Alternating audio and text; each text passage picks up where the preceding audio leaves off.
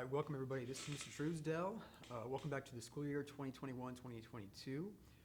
I'm the TV Mass Media instructor, and I think the purpose of this video is, probably twofold.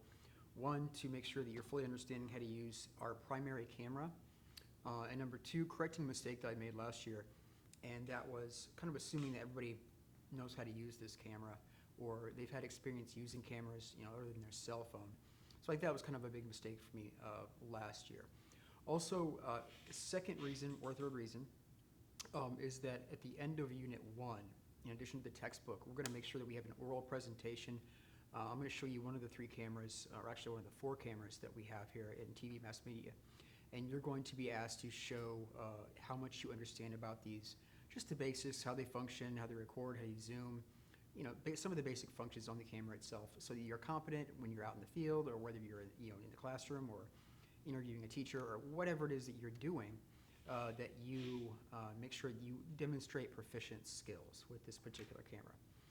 Okay, so hopefully this is coming through loud and clear. This is our Sony NX100 HD, full HD, 1920 by 1080 resolution. It comes in a couple different codecs. We'll talk about what that is later. But let's just go ahead and take a look at the camera itself. Let's talk about a couple things that are not going to be very useful right off the bat. This is your viewfinder right here. It actually is very, very poor. I actually intend to use the LCD screen, which is very, very simple here. For safety reasons, go ahead and when you're done with it, push it back down. And then when you want to use it, push it up here. And of course, it can tilt and swivel any way that you wish. Okay?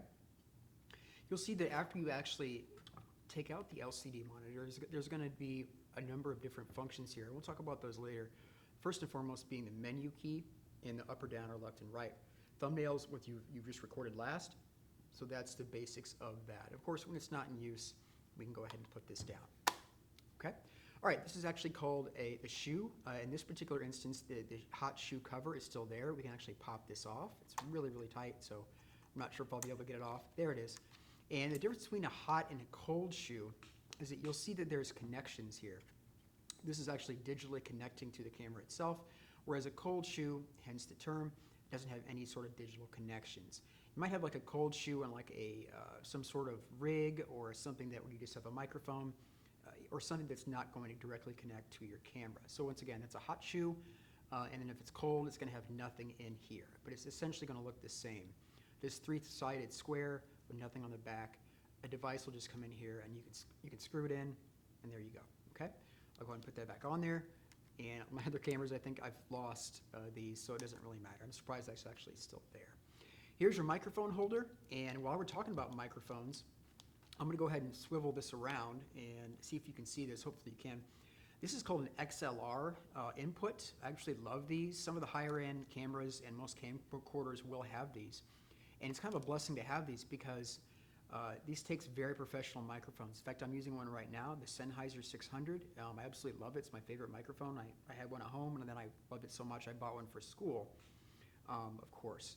A number of different microphones that we have will fit this, and it's called an XLR input. So it's a 3-pin jack. Contrary to nature, this is actually, you put the female end into the male end, and then, of course, the male end goes into the actual camera. It's the actual microphone itself.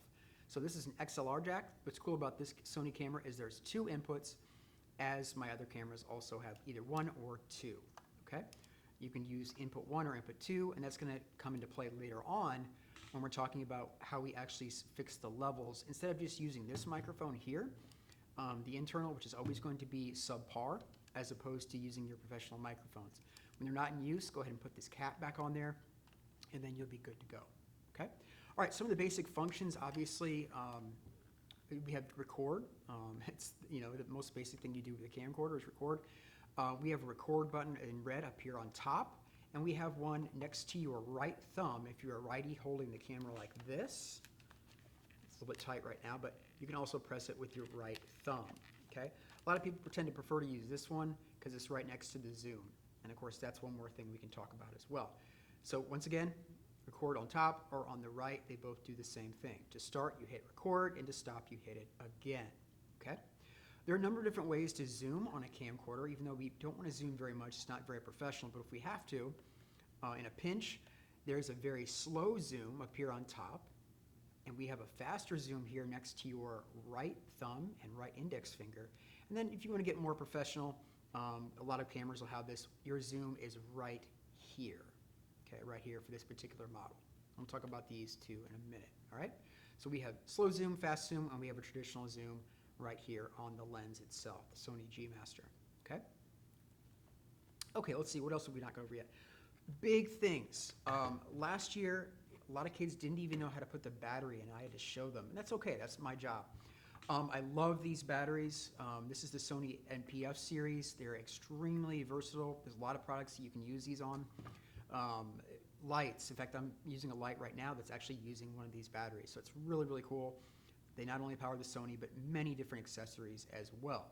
This is actually the smaller one. A much bigger one will also fit in this model. You'll see what a huge hole that is, and this fits in very, very nicely, and there's tons of room, like I'm going to show you in a minute. Okay, you might notice that there's a battery release. That doesn't come into play when you put the battery in, but we need to actually press that when we take it out.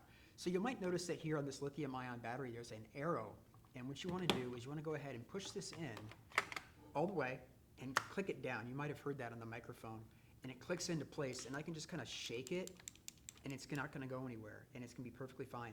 That's how you tell it's in well, okay? If you want to take this out, you repeat the process, simply hit the battery release, and then you're going to go ahead and pull it out. So I'm going to show you that again. Down arrow, push it in, click it in, and it's in there. You want to take it out, push this, and then pull it out, and it'll just slide right out. Okay?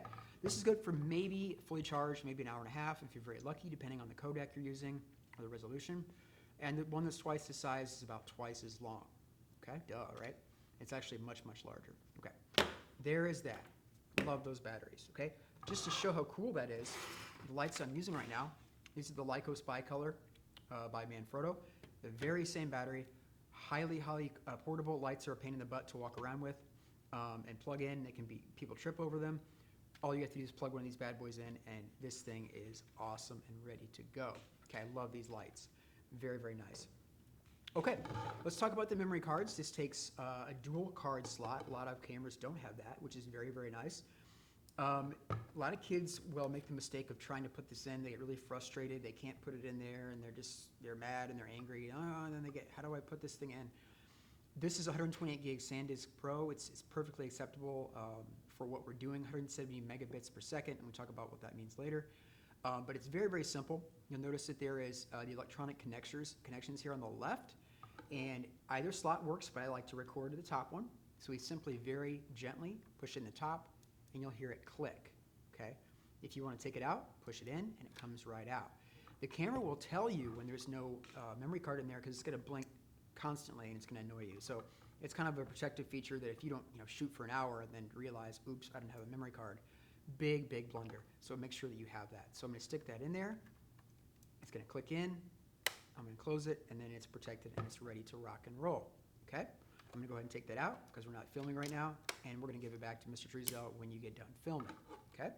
Okay, let's turn to the left side of the camera itself, and this is where it gets a little more complicated, but don't be overwhelmed because a lot of this doesn't apply to you in the first year, okay? All right, let's talk about the ND filter. This is a great feature of any camera, and if you have a built-in ND filter, it really is awesome. ND filters are like the simple, stupid version, I guess, I call them sunglasses for your camera. Imagine you're filming on a very, very bright day. One of the worst things that can happen on a camera is that you overexpose your image. Everything's blown out, everything's too white, the sun is super bright, and yes, it does have a lens hood, but it's not enough. So every time you click these up, you're getting one more stop of coverage, okay? So that's off, and of course the highest is like, I don't know, Nevada in like in July or something, I don't know. So there you go. You don't have to worry about white balance. That's custom white balance. These I don't use. Displays the same thing as your menu up here. We have iris, which again is how much light is coming into the camera. That can also be auto set. If you don't want to mess with this tiny ring right here, that's also the iris. Here's a good example. I was filming a play several months ago. I couldn't understand why this particular camera was so dark. It's because somebody had turned this ring. And it was just way too dark. I figured it out, but it wasn't. It was almost kind of too late. So one of the 3 cameras we were using was too dark, and I had to correct it later, and it was a pain. So There's nothing quite like getting your shot right before you hit record and being happy with your shot. So again, iris is very important. Again, you can set it to auto main if you don't want to mess with the iris, just pressing that button right there. Okay, let's go to the XLR jack inputs. We talked about those, and this is what we're talking about. So there, you can see there's two different inputs, and they're both of which for the XLR jacks. One is for input 1 and one is for input 2, and it very clearly tells you which one that is. If you click this white switch up, you'll notice that this is, line is actually the interior microphone. Click it one down and you're in the mic, what I'm using right now actually, because I'm actually using this camera to film this right now in a different, over here offset. And then of course, if you have your phantom power mic, which also is almost identical to this setting here, then you click it all the way down, okay? Same thing with this, and of course you can adjust your levels by going to 10 all the way to 0.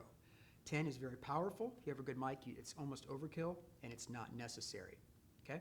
Same thing with these down here. So once again, line is interior, mic and 48-volt phantom power is when you have a cardioid condenser microphone that go into these lovely 3-pin female connectors right here, okay, or male, pardon me, okay? Okay, we've gone over just about everything. Oh, here we go. The one thing the kids don't understand how to do, and they took months to do last year, I don't know, it's probably my fault, but the on switch is right down here. All right, so this is off right now, and then of course if you turn it on, it's gonna turn on. Now, there's no battery in here, so we can't turn it on, but the off switch is right here, okay? Off and on, there you go. It'll turn up green when it's on, takes a few seconds to boot up, and you're good to go. This is a removable lens hood. This does not have a lens cap to it. This is one of the downsides of this model. My beautiful 4K Panasonics, they do, and I wish they did because you can kind of see the kids have kind of smudged it up. These are very old, maybe 6 years old, but they're holding up pretty well. It's pretty light, pretty portable. This is actually too small to put on your shoulder unless you have like shoulder rig. So there might be, hint, hint, a question later coming up on the test about, you know, is this big enough to fit in your shoulder? And the answer is no, it is not. You can just handheld it. It does not have any interior stabilization, so I recommend using something right up against your chest or a tripod or resting it on something because the shaky footage is just awful. So it's a great camera, but it doesn't have everything, okay? Okay, hopefully that helped with everything. Oh, there's a couple more things. It does have some really cool inputs to it that we're not going to use that much this year. The HDMI out is probably the most important if you're in the studio, and I'll show you that in a separate video. And multi-jack, which we don't really handle as much. And this is, of course, I also forgot about, this is the green headphone jack. So this is in a different place in my different cameras, so we'll go over that later. So always want to monitor whoever is doing your filming, you want to have some headphones, and I have those in the class. 3.5 millimeter headphone jack, it's green, so it stands out. There you go. Okay, so one more thing, let's go over everything. LCD flip out. Hot shoe, mic holder, record, record, slow zoom, fast zoom, medium zoom, okay? Right down here controls your audio levels, ND filter for very bright sunny days. You don't have to worry about these too much. On button, SD card goes in like this, clicks in, and it clicks out. Battery release goes down, clicks into place, push it in, and it comes out.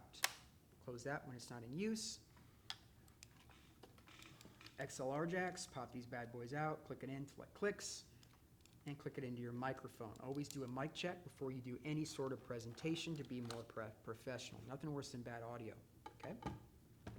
Okay, that is a Sony NX100 HD, full HD camcorder, 1920 by 1080. I hope you've enjoyed this video. Nobody is actually filming right now, so hopefully this looks good. I have to look at it later. I don't really want to edit it. But it is a pleasure being your teacher. This is the first of many videos hopefully I'm going to do for cameras, and we're going to post this on Schoology, and we'll see how this goes. Can't wait to meet you guys on Monday, as it is Friday right now, and then if you have any questions, of course I'll be here to help and answer anything you might have. All right, peace out everybody. Take care.